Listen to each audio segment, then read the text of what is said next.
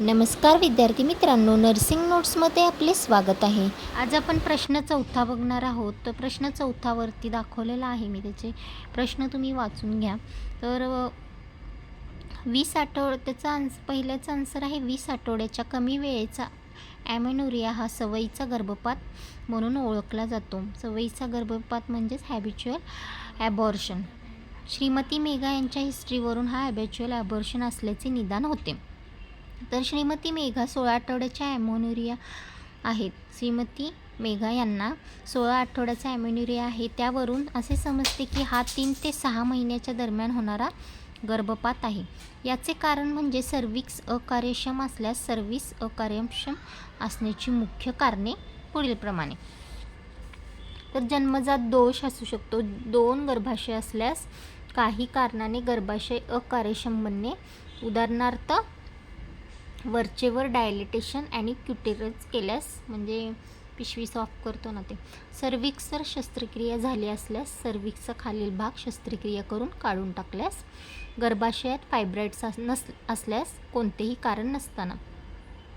ॲमेनोरिया म्हणजे काय तर व्यवस्थित म्हणजे मंथली पाळी न येणे, म्हणजे त्याच्यामध्ये खंड पडणे, पाळीमध्ये खंड पडणे, तर त्याला म्हणतात ॲमेनोरिया। तर दुसऱ्या प्रश्नाचं उत्तर आहे तपासण्या। कोणत्या कोणत्या तपासण्या केल्या जाऊ शकतात? तर रक्ताची तसेच मूत्राशयाच्या चाचण्या, इतर तपासण्या।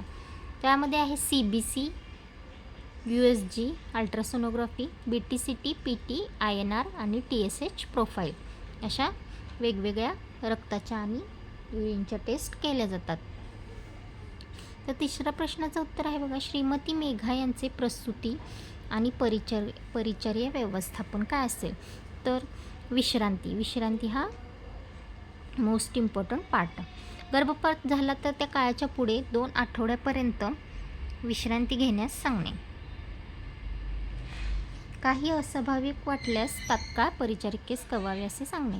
धीर देणे, काळजी दूर करावी, मातेच्या मनात आत्मविश्वास निर्माण करावा, मानसिक आधार द्यावा।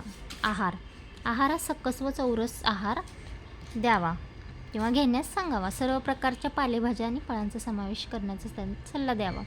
हॉर्मोन्स, प्रोस्टेरॉन दिले जाते, त्याशिवाय इतर सप्लिमेंटरी म्हणून देतात। जनन संस्थेच्या तपासण्या करून त्यात काही दोष असल्यास त्यावर उपचार घेण्यास दवाखान्यात येण्याचा सल्ला देतात। पतीशी शरीर संबंध टाळावा याविषयी मार्गदर्शन करणे। तर हे झाले परिचर्या व्यवस्थापन। घरी जाताना द्यायचा सल्ला, तर दर क्लिनिकला हजर राहणे, म्हणजे दर सांगितल्याप्रमाणे ज्या त्या दिवशी ज्या त्या वेळेमध्ये हजर राहणे। पतीशी शारीरिक संबंध टाळावा, प्रवास टाळावा, पोटदुखी अगर इतर त्रास झाल्यास ताबडतोब दवाखान्यात यावे। तर यापुढील प्रश्न आपण पुढील व्हिडिओमध्ये बघूयात। तोपर्यंत माझ्या चॅनलला लाईक, सबस्क्राईब आणि कमेंट करायला विसरू नका। थँक्यू।